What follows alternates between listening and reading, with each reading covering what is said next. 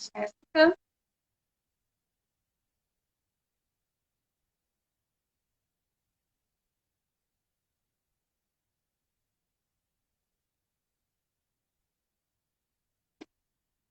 Boa noite. Vou chamar novamente a Jéssica. Ela caiu.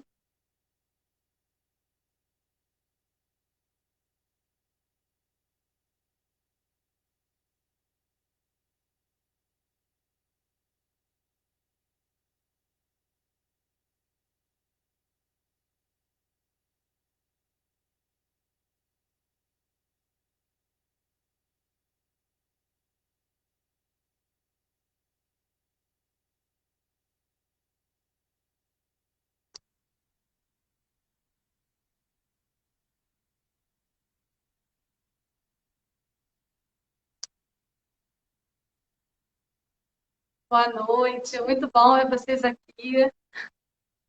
Só estou aguardando a Jéssica entrar para a gente começar a primeira live.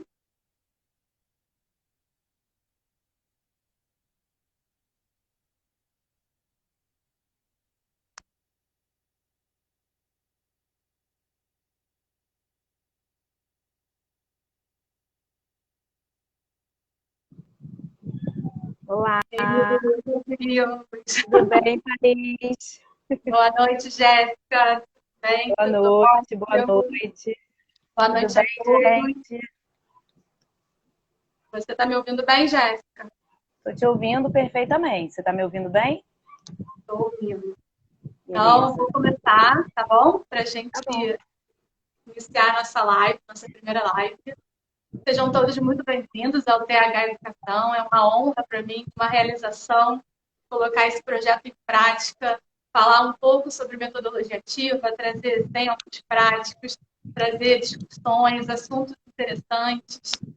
Quem me acompanha sabe o meu foco, o meu objetivo, que é tentar trazer dados, informações práticas para que a gente possa fazer uma educação diferente, dinâmica, centrada no aluno, com foco no aprendizado.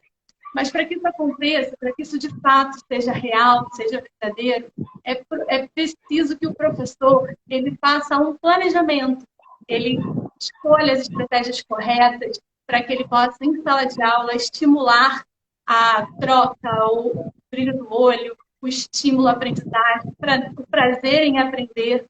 E por isso que hoje, para a nossa primeira live do TH Educação, eu pensei em convidar uma professora que eu acompanho já faz tempo, que é minha parceira de equipe, faz parte da equipe de professores que eu coordeno e que a gente troca muitas informações e eu vejo na prática essa professora desenvolvendo as metodologias ativas, práticas ativas e significativas que colocam o aluno no centro desse processo de aprendizagem. Então, eu convidei a professora Jéssica para falar para vocês um pouco sobre a prática dela em sala de aula. E hoje, o tema específico que ela vai abordar é sobre o cinema e a cultura pop. Então, Jéssica, eu vou passar a palavra para você agora, para você falar um pouquinho do seu percurso, da sua formação, e em seguida a gente começa a conversar e trocar informações, tá bom?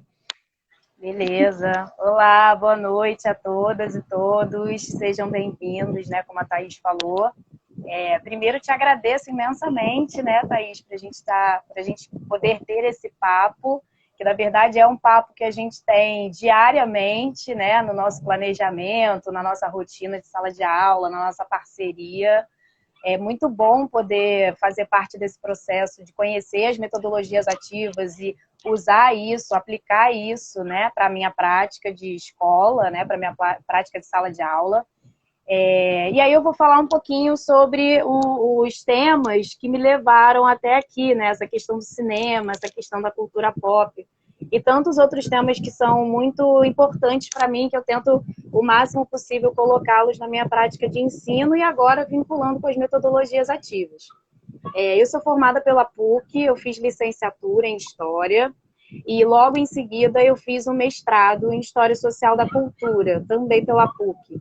E desde sempre a minha preocupação, né, o meu olhar era sobre as narrativas historiográficas escolares, sobre o ensino de história na escola, sobre como sair daquela história, daquele ensino de história tradicional, que muitos e muitas devem ter lembrança, né, daquelas aulas de história que a gente era obrigado a decorar nomes, datas, nomes de presidentes, umas coisas assim bem de um tempo muito arcaico, né, de uma historiografia muito arcaica. E a minha ideia sempre foi estudar como a gente pode ver novas formas de incentivar a criatividade, a imaginação histórica, a revolucionar mesmo, né, a história escolar, através de temas que a gente pudesse atualizar, inovar o ensino. E aí o meu foco sempre foi, então, o estudo de história, né, o ensino de história na escola, com um foco específico da história das mulheres, né? Os meus temas de pesquisa sempre foram relacionados às vozes femininas na história do Brasil, essas personagens tão importantes que durante muito tempo não tiveram a sua visibilidade, a questão da história negra, né, a questão da história indígena, a educação antirracista e descolonial para o ensino de história é muito necessária, muito importante, e são temas, né, juntamente com a questão da educação patrimonial, são temas que eu busco caminhar e busco inserir sempre na minha prática. E vinculado a esses temas, eu sempre fui apaixonada por literatura, de maneira geral. Eu quase fiz letras, então eu sempre gostei muito de ler, sempre gostei muito de histórias infanto-juvenis e gostei, consequentemente, né, sempre muito de cinema em geral. Eu acho que as produções cinematográficas, elas são tão ricas, né, e tão interessantes para a gente abordar pedagogicamente. Então, são objetos culturais que me motivam muito, que me cativam muito, e eu busco sempre que possível fazer um link com a minha sala de aula, com o ensino de história, porque eu acho que eles realmente têm muito a contribuir. Então, essa é um pouquinho da história da Jéssica, para eu estabelecer meu lugar de fala para falar um pouquinho disso que a gente vai falar hoje. Excelente, Jéssica. Eu quero aproveitar aqui e convidar todos que estão participando, se quiserem fazer perguntas, fazer comentários também. É muito importante que a gente faça essa troca para que a gente possa enriquecer esse momento. É um momento mesmo para a gente trocar experiências, mostrar como a metodologia ativa ela pode ser, de fato, viável e ser realizada na sala de aula. E com toda essa bagagem cultural que a Jéssica tem, ela consegue traduzir isso para uma linguagem para os alunos de uma maneira muito significativa. Então, a Jéssica consegue, além de desenvolver ali a parte cultural, ela provoca, estimula nos alunos o pensamento crítico, a autoria, a autonomia, e isso é feita com muita consistência, com muita propriedade. Então, Jéssica, eu queria que você pudesse falar um pouquinho sobre os exemplos que você desenvolve na sua sala, projetos, atividades que você costuma fazer e que tem resultados incríveis nesse processo todo de autonomia dos alunos. Antes de falar um pouquinho desses exemplos práticos, né, de atividades que eu fiz, e que é isso, né, Laís? Eu acho que a questão da metodologia ativa envolve muito a gente captar os alunos e o nosso grande desafio é que eles estejam ali motivados a buscar mais informações, a levar aqueles temas para além da sala de aula, que a gente consiga inserir neles a ideia de que a sala de aula não se encerra ali, de que aqueles temas que a gente está trabalhando, eles estão vivos no mundo lá fora. Então... Oi, Pedro, tudo bem? Meu amor. Então, eu sempre converso muito com eles, assim, com os meus alunos, no sentido deles esbarrarem com a história lá fora. E por que eu falo tudo isso, né? Da questão do cinema, da questão da literatura? Porque muitas vezes, muitos pais, muitos adultos, né, muitos responsáveis, acabam não tendo uma noção real das produções, né, dos objetos culturais que os seus filhos produzem, que os seus filhos consomem, na verdade. Do que eles gostam de assistir, das séries e filmes e animes, né? A cultura japonesa está super em alta nos últimos anos, né? E muitas vezes a primeira relação, a primeira reação dos pais, ou dos responsáveis, ou dos adultos, é de um estranhamento, né? De não entender muito bem que personagens são esses, que coisa esquisita. Meu filho passa horas e horas assistindo anime, assistindo essas coisas, isso não é relevante. Eu acho que o primeiro movimento interessante é essa quebra de gelo entre a cultura escolar infantil, né? A cultura infantil, infanto-juvenil de maneira geral, e a cultura, né, dos adultos. Então, assim, eu acho que é interessante a gente, como professores, sempre buscar estarmos próximos dos nossos alunos. Então, ver o que eles veem, assistirem o que eles assistem e ver o valor disso. Porque, às vezes, o que a gente acha que é um desenho sem sentido, né, uma animação, uma coisa que não está contribuindo, às vezes está. Às vezes tem alguma mensagem, às vezes tem algum objetivo ali, alguma narrativa, que quando a gente consegue sensibilizar o olhar dos alunos para isso, criticamente para isso, para essas narrativas, a gente tem muito a ganhar. Então, a minha primeira dica sempre, assim, quando eu converso com as pessoas, né, quando eu converso com outros professores e pais, é sempre se aproximar, se aproxime do seu filho, se aproxime, né, das suas crianças, saibam o que eles veem, consumam, né, veem, monitorem, né, no sentido da segurança da criança, mas no sentido também de se aproximar, sentem para assistir com eles. Eu acho que isso já tem um grande papel de quebrar essa barreira entre professores e alunos. O exemplo clássico que eu dou, né, recentemente, assim, fica muito difícil a vida de muitos professores que voltaram dessas férias sem ter assistido o filme do Homem-Aranha novo. Porque assim, você não entra numa sala de aula para conversar com os alunos e você mostra para eles que você assistiu o filme, que você lembrou das referências, que você está acompanhando ali as animações da Marvel. É muito importante, né? É muito bacana para eles se sentem já motivados. Então, eu acho que, em primeiro lugar, assim, a importância do cinema, a importância dessas adaptações, né? Animações, séries, filmes, é a gente gerar a reflexão crítica, é a gente conseguir trazer isso para o nosso lado, incentivar a interpretação de mundo, a interpretação cultural, né, o ganho cultural dos alunos. E isso tem muito a contribuir com a sala de aula, não só do ensino de história, mas de várias outras áreas do conhecimento. E aí você pode falar.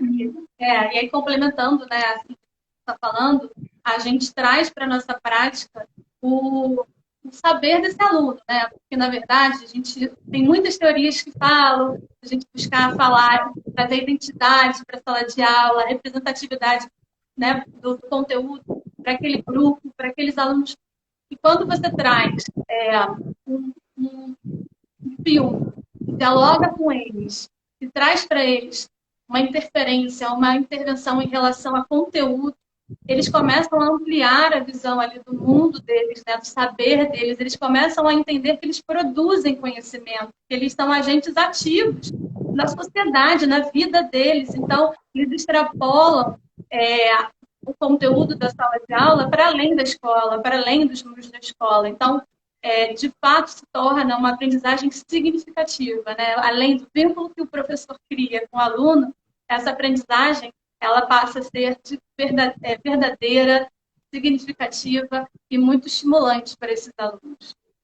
Eu acho que são muitos os exemplos, né, que a gente tem de autores, né, de teóricos da educação que falam o quanto que a afetividade faz diferença, né, o vínculo, a verossimilhança, né, daquilo que o professor, da questão cultural, daquilo que o professor leva para a sala de aula, impacta no aprendizado, impacta no aluno entender aquele conceito.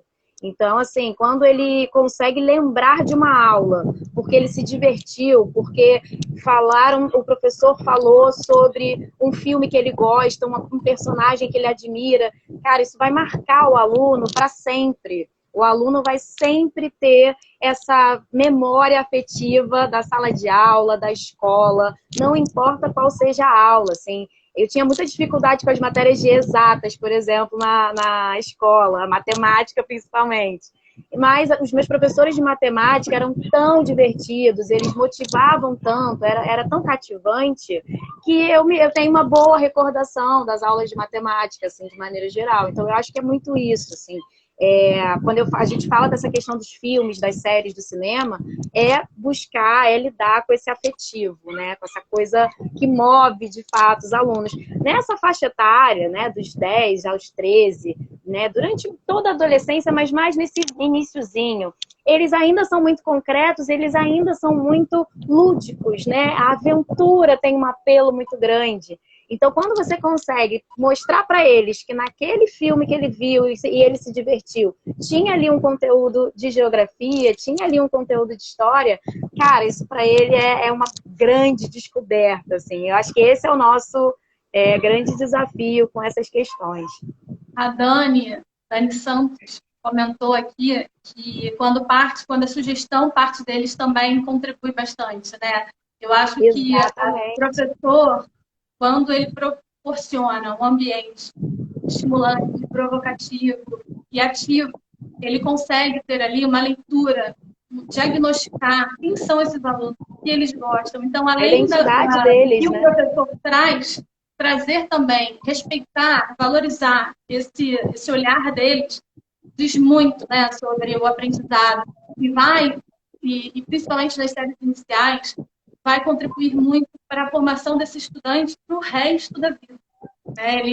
A gente, com essas estratégias, a gente consegue trabalhar o vínculo com a aprendizagem, com a sua autoestima, com o entender o processo de construção de um conhecimento. Então, eu consigo olhar as suas aulas e percebo todas essas referências, todo esse olhar. Então, vamos lá para a parte prática. Dê exemplos para a gente, para inspirar esses professores. Os exemplos práticos, né, são muito importantes. Eu vou citar alguns filmes e algumas atividades práticas que eu fiz com os meus alunos, tanto das séries iniciais quanto do Fundamental 2, que funcionaram bastante. O primeiro exemplo de todos, eu não tenho como fazer essa live sem falar sobre o Harry Potter, porque assim, todo mundo que me conhece sabe, né, que é uma das minhas maiores paixões literárias, marcou muito a minha infância. O Harry Potter foi muito importante para mim, como criança, né, como adolescente, ele estar em contato com essa literatura. E é uma literatura que já tem aí 20 anos de mercado e continua em alta. É impressionante como as novas, tanto Harry Potter como Star Wars, que é outra coisa que eu também não posso deixar de falar. É engraçado como que essas duas questões, esses dois filmes, livros, né, eles se atualizam muito, eles ainda estão muito em alta. Então, uma atividade, por exemplo, que eu acabei de fazer com as minhas turmas das séries iniciais, já fiz também no 6º ano, do Eu Herói. Eu até coloquei aqui no meu feed da página a atividade, o printzinho, né, da sugestão de atividade, que é basicamente depois de uma aula sobre mitologia, né, sobre mitologias de maneira geral, sobre mitologia grega. A Dani escreveu aí sobre a jornada do herói. Exatamente, Dani, eu vou falar um pouquinho disso daqui a pouco também. Depois de uma aula sobre mitologia, você propor que os alunos transformem eles próprios em heróis, transformem eles próprios em super-heróis. Então, eles vão ter que pensar toda essa jornada, essa trajetória do herói, pensar os passos, né, que vão ali marcando. Para quem não sabe, né, não lembra, a trajetória do herói ela é um conceito trabalhado pelo Joseph Campbell. É um grande estudioso da mitologia. Ele sempre observou, né, nos livros que ele tem, O Poder do Mito, O Herói de Mil Faces. Ele colocou muito essa questão da trajetória do herói, que é um padrão, né, de histórias, de acontecimentos marcantes que os personagens, numa história de aventura, vão passar, vão sofrer. E aí diversos filmes, diversas animações, diversos livros também repetem essa trajetória do herói. Porque quando a gente fala de mitologias, de maneira geral, a gente está falando de um arcabouço cultural, a gente está falando de uma história oral, A gente está falando de uma memória, de narrativas que trazem identidades culturais de povos que são atemporais. Nós somos seres humanos. Não importa se a gente está, né, na Grécia Antiga ou se a gente está no século XXI, nós somos seres humanos. Nós sentimos medo, nós sentimos alegria, nós sentimos tristeza. Isso é o que nos une.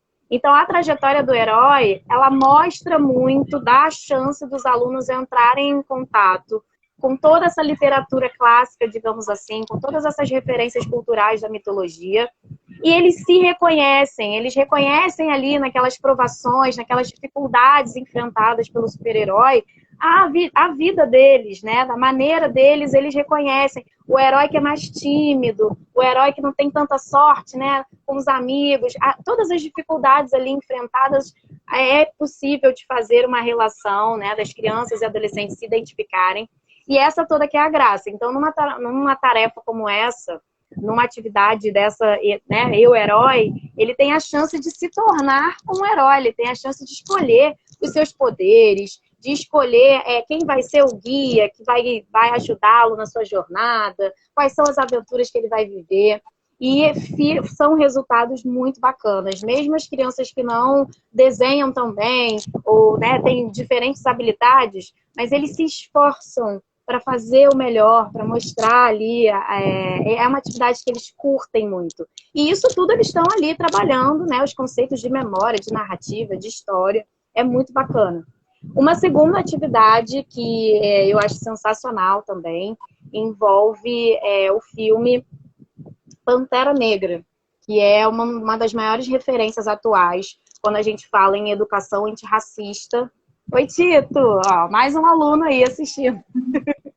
Quando a gente fala sobre educação antirracista, quando a gente fala sobre representatividade negra, sobre a questão do patrimônio cultural, a questão dos museus. Tem uma cena no filme Pantera Negra que, em um determinado momento, o vilão do filme, né, um dos personagens principais, ele está num museu e ele começa a fazer perguntas para especialista do museu, que é uma mulher branca, sobre aquele acervo, sobre aquelas peças. E aí ela vai respondendo e chega um determinado momento que ela responde uma informação errada sobre uma cultura africana.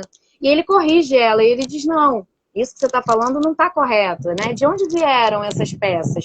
Qual é a relação desses espaços de memória, desses museus, com as histórias desses sujeitos? E aí, depois desse trecho, por exemplo, o professor conseguir fazer uma aula-debate, conseguir mobilizar as reflexões dos alunos, que é também uma questão que a gente fala muito nas metodologias ativas, né, Thaís? A gente, anteriormente, a gente já ia para o aluno com as questões, né? Já direcionava o olhar dele para o que a gente queria. E agora a ideia é que a gente comece com o contrário, que eles possam primeiro dizer o que eles perceberam, e eles percebem muito, eles têm muita sensibilidade. Então, fazer uma aula-debate, por exemplo, ou até uma aula invertida, né? Uma proposta de pesquisa em torno da questão dos museus, em torno da questão das culturas africanas, por exemplo, usando Pantera Negra, é uma coisa extremamente importante. Eu nunca vou esquecer da reação dos meus alunos, assim, era uma turma de 7º ano, em que eles estavam, assim, meio aquela coisa da colonização, né, da história, do engenho, né, enfim, estavam meio ali desanimados, e quando eu falei, vou passar um trecho agora para vocês verem do filme Pantera Negra, eles falam assim, o que isso tem a ver com a história do Brasil colonial? O que isso tem a ver com o que a gente está vendo? E aí eles percebem que tem muito a ver, né? Tem muitas coisas importantes. Então, eu acho que é mais uma forma da gente levar essas pequenas atividades na prática para o nosso plano de aula, que envolvam o aluno perceber que elementos do conteúdo que a gente está trabalhando estão presentes ali naqueles enredos.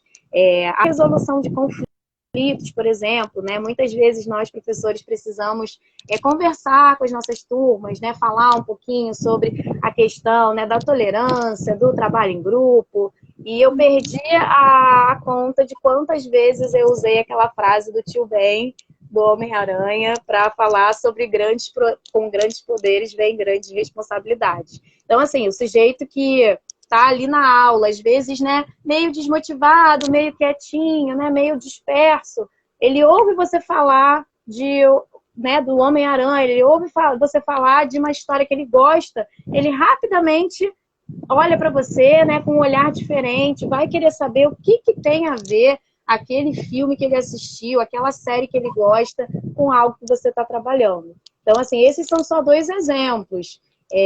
Trabalhando com Star Wars, por exemplo, até nessa questão agora da guerra, né, com a questão da Rússia com a Ucrânia, surgem muito essas questões dos conflitos, né, dos conflitos militares, da questão dos exércitos, né, das disputas políticas, da resistência. Todos esses são temas que aparecem no Star Wars. E não à toa, porque o próprio diretor, né, o criador do Star Wars, ele literalmente se encontrava, fazia reuniões com o Joseph Campbell para usar a trajetória do herói para a construção de cada personagem. Então, é muito bacana a gente poder falar sobre isso e mobilizar o olhar dos alunos para isso, porque isso não para de acontecer, tá? A cada novo filme, a cada nova série, essas trajetórias do herói vão sendo atualizadas e isso vai se colocando ali para os alunos. É muito bacana. Excelente. Agora, Jéssica, eu não sei se você vai falar sobre essa atividade, mas é uma atividade que eu gosto bastante, admiro a produção deles, que é o site, né, das resenhas críticas que eles fazem, após tantas discussões, após tantos debates, eles se tornam os autores e fazem, a partir da construção de um site, um olhar sobre as análises que eles construíram em relação a filmes, teatros, enfim, música. E aí eu queria que você falasse um pouquinho sobre isso. Foi bom você falar sobre essa atividade, porque, assim, durante muito tempo, né, em aulas de produção de texto, né, em aulas de redação, a maior dificuldade dos alunos é ainda com essa relação com a escrita, né? É uma habilidade importante, é uma habilidade formal ainda, né, muito fundamental para a formação dos sujeitos, mas eles ainda se mostram, né, principalmente depois desse tempo de pandemia, desse tempo de EAD, ainda com muita dificuldade na parte escrita, uma certa desmobilização mesmo, né, na possibilidade de escrita. Então, durante muito tempo, a gente reparou que trabalhando essas questões da produção textual, o que é uma resenha? O que é uma resenha crítica? Agora, veja esse vídeo e faça uma resenha. São atividades importantes, mas não motivam 100% os alunos. Eles entendem o que é uma resenha, mas na hora de escrever, de fato, acaba ficando cansativo a longo prazo, né? Eles acabam ficando um pouco desmotivados. Quando a gente veio com essa ideia de fazer um site de críticas construído pelos alunos, de filmes, séries, livros, jogos, que eles viram, gostaram, isso fez toda a diferença. Eles passaram a enxergar a resenha crítica, que é um tema da produção textual, de uma maneira totalmente motivada. Porque eles pensaram que era a chance e o espaço e a voz, né, o momento deles mostrarem e compartilharem com os colegas o que eles estavam assistindo, as séries que eles mais gostavam, os personagens que eles mais gostavam. Então, foi um resultado muito bacana. Os alunos podiam, né, ir ao CIS, é uma coisa que eles fazem o tempo todo. O tempo todo eles estão com os pais, com os amigos, assistindo filmes, assistindo séries. E eles poderem falar sobre isso, a gente ter um site que tenha resenhas críticas de filmes e séries de crianças daquela faixa etária, faz toda a diferença, porque é isso, às vezes uma criança dessa faixa etária quer saber de um filme, quer ler um pouco mais, e ela vai ver um site de críticas de adultos, ela vai ver um conteúdo que não tem a linguagem dela, não está adequado para a faixa etária dela. E nesse trabalho, eles têm a chance de dar essa visibilidade também, né, para que crianças sejam produtoras de conteúdos, né, criadoras de materiais para crianças, crianças falando para crianças sobre objetos culturais que elas consomem e gostam. Então, esse é um trabalho que realmente fez muita diferença para a motivação dos alunos em relação à questão escrita. Assim, é um orgulho de fazer essa atividade. Isso começa desde o primeiro dia de aula, quando a equipe, né, eu estou lendo aqui várias mensagens dos professores da nossa equipe, sinalizando essa motivação, essa alegria. Desde o início do ano, quando vocês começam, né, a abordar essa questão cultural, isso já vai provocando, estimulando a vontade deles se expressarem.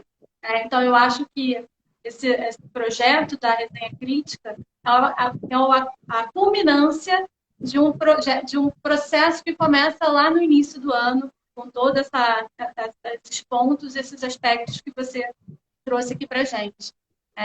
Então, Jéssica, eu queria assim, agradecer imensamente essas suas falas, né, essa sua cultura, essa sua prática de sala de aula.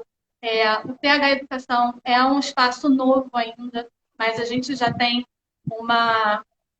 muitos seguidores, eu já tenho muitos seguidores do Brasil inteiro que me procuram com o intuito de saber mais sobre isso. Os professores têm vontade de mudar, de fazer diferente, mas, de fato, eles não sabem por onde começar, quais orientações, né, seguir, enfim. Então, quando eu pensei nesse convite para você, eu pensei em trazer uma fala prática, uma fala real, né? Sair do campo da teoria e entrar no campo realmente do que dá certo, do que é fácil. Aliás, fácil não, é muito trabalhoso, mas, por outro lado, se torna muito prazeroso e acaba. E, olha, não querem que acabe, Jéssica, a gente vai ter que falar um pouquinho, estão aqui querendo que seja mais.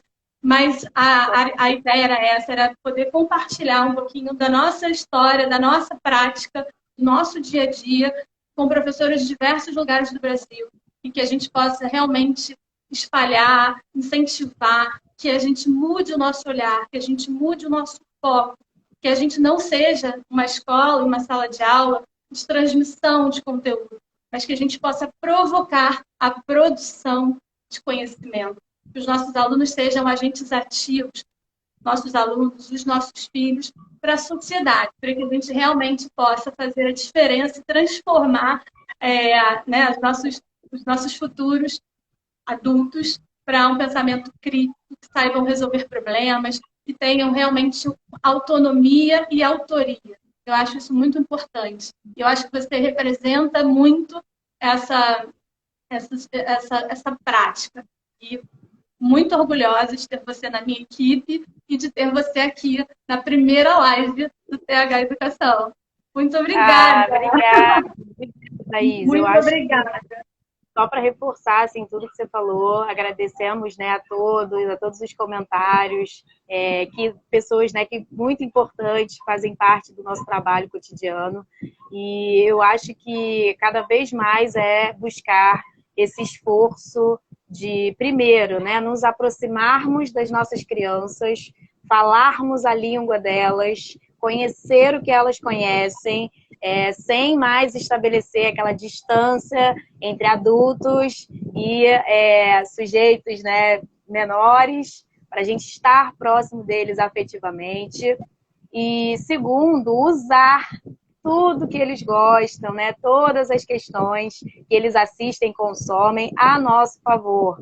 É possível através, né, das metodologias ativas. Que bom que a gente tem essas ferramentas, através de ferramentas digitais, de espaços relacionados, né, à tecnologia da informação e da comunicação, as ferramentas. É possível levarmos a sala de aula para fora da sala de aula. Eu acho que na pandemia a gente invadiu literalmente as casas, né, dos alunos e eles as nossas, e é possível que a gente leve os nossos temas das ciências humanas, das letras, né, das ciências biológicas, das ciências exatas, para o cotidiano prático deles, para produções que eles curtam e gostem, e que eles possam olhar lá fora, né, no mundo, viajando, se divertindo, indo ao cinema, lendo um livro, que eles possam lembrar dessas questões. Caramba, isso aqui me lembrou aquela aula de história da Jéssica. Nossa, isso aqui me lembrou aquele conceito de lugar, da geografia. Então, assim, o objetivo é que a gente possa, literalmente, com as metodologias ativas, fazer aulas, fazer da educação, né, das questões o mais próximas possíveis deles, né, que a escola esteja o mais próxima possível dos alunos e das famílias. Então, para mim foi um prazer fazer parte desse bate-papo. Conte comigo sempre, né, cotidianamente, e também para os nossos debates sobre educação, sobre cinema, sobre tudo, porque é isso que faz a nossa prática ter sentido e valer a pena. Então, muito obrigada por esse convite. Eu agradeço a todos que estão aqui. Essa live vai ficar gravada, tá? Para quem quiser depois voltar e assistir novamente para ver a prática da Jéssica, da prática da nossa escola. E eu quero dizer que outras lives vão acontecer. A próxima tem o intuito de falar sobre formação de professores, tá? Falar um pouquinho sobre a prática, como formar equipe. Eu já tenho uma convidada, mas eu vou falar disso para vocês mais para frente. E agradecer muito, não vou dar spoiler, mas já quero fazer o convite para a próxima. Enfim, agradecer bastante. Obrigada a todos. Tchau, Obrigada, tchau. Jéssica. Tchau, tchau. Um beijo. Deixa eu encerrar aqui, que é a primeira vez.